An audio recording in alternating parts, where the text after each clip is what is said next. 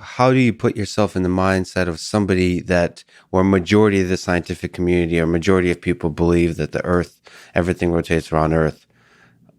How do you put yourself in that mindset and then take a leap to propose a model that the sun is, in fact, at the center of the solar system? Sure. I mean, so that puts us back in the shoes of Copernicus, Right. right? 500 years ago, where he had this philosophical preference for the sun being the dominant body in what we now call the solar system.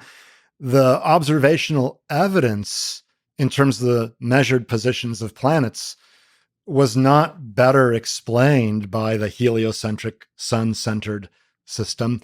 It's just that, Copernicus saw that the sun is the source of all our light and heat. Oh, wow. And Interesting. he had, he knew from other studies that it's far away. So the fact that it appears as big as the moon means it's actually way, way bigger, because even at that time, it was known that the sun is much farther away than the moon. So, he just felt, wow, it's big, it's bright. What if it's the central thing? But the observed positions of planets at the time, in the early to mid 16th century, under the heliocentric system, was not a better match, at least not a significantly better match than Ptolemy's system, which was quite accurate and lasted 1,500 years. Yeah. Yeah. That's so fascinating to think that the philosophical predispositions that you bring to the table are essential. So, like, you have to have a young person come along that has a weird infatuation with the sun. Yeah. That, like, almost philosophically is, like, however their upbringing is, they're more ready for whatever the simpler answer is. Right. Oh, that's it's kind of sad. It's sad from an individual descendant of ape perspective, because then that means, like me, like you as a scientist, you're stuck with whatever the heck philosophies you brought to the table. You might be almost completely unable to think outside this particular box you've built. Right. This is why I'm saying that, as an objective scientist, one needs to have an open mind to crazy sounding new ideas. And, even Copernicus was very much a man of his time and dedicated his work to the Pope. He still used circular orbits. The sun was a little bit off center, it turns out, and a slightly off center circle looks like a slightly eccentric elliptical orbit. So then when Kepler, in fact, showed that the orbits are actually, in general, ellipses, not circles, the reason that, he needed Tycho Brahe's really great data to show that distinction was that a slightly off-center circle is not much different from a slightly eccentric ellipse. And so there wasn't much difference between Kepler's view and Copernicus's view, and Kepler needed the better data, Tycho Brahe's data. And so that's, again, a great example of science and observations and experiments working together with hypotheses, and they kind of bounce off each other. They play off of each other, and you continually need more observations. And it wasn't until Galileo's work around 1610 that actual evidence for the heliocentric hypothesis emerged.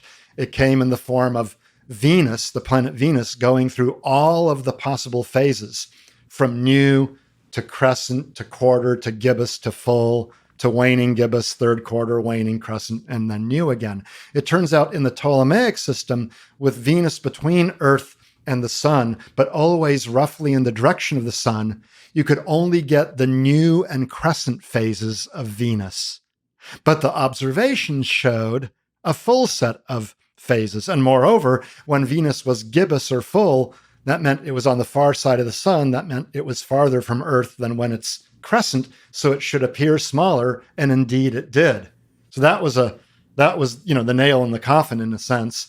And then, Galileo's other great observation was that Jupiter has moons going around it, the 4 Galilean satellites. Mm-hmm. And even though Jupiter moves through space, so too do the moons go with it. So first of all, Earth is not the only thing that has other things going around it. And secondly, Earth could be moving as Jupiter does. Mm-hmm. And, things would move with it. We wouldn't fly off the surface and our moon wouldn't be left behind and all this kind of stuff. So that was a big breakthrough as well, but it wasn't as definitive, in my opinion, as the phases of Venus. Perhaps I'm revealing my ignorance, but I didn't realize how much data they were working with. Yeah. So so it wasn't Einstein or Freud thinking in theories. It was a lot of data, and you're playing with it and seeing how to make sense of it. So it isn't just coming up with completely abstract thought experiments. Yeah. It's looking at the data. Sure. Like and you look at Newton's great work, right? The Principia. It was based in part on Galileo's observations of balls rolling down inclined planes, supposedly falling off the Leaning Tower of Pisa, but that's probably apocryphal. Yeah. In any case, the Inquisition actually did, or the Roman Catholic Church did history a favor. Not that I'm condoning them, but they placed Galileo under house arrest. Yeah. And that gave Galileo time to assemble and publish the results of his experiments that he had done decades earlier. It's not clear he would have had time to do that, had he not been under house arrest. And so Newton, of course, very much used Galileo's observations.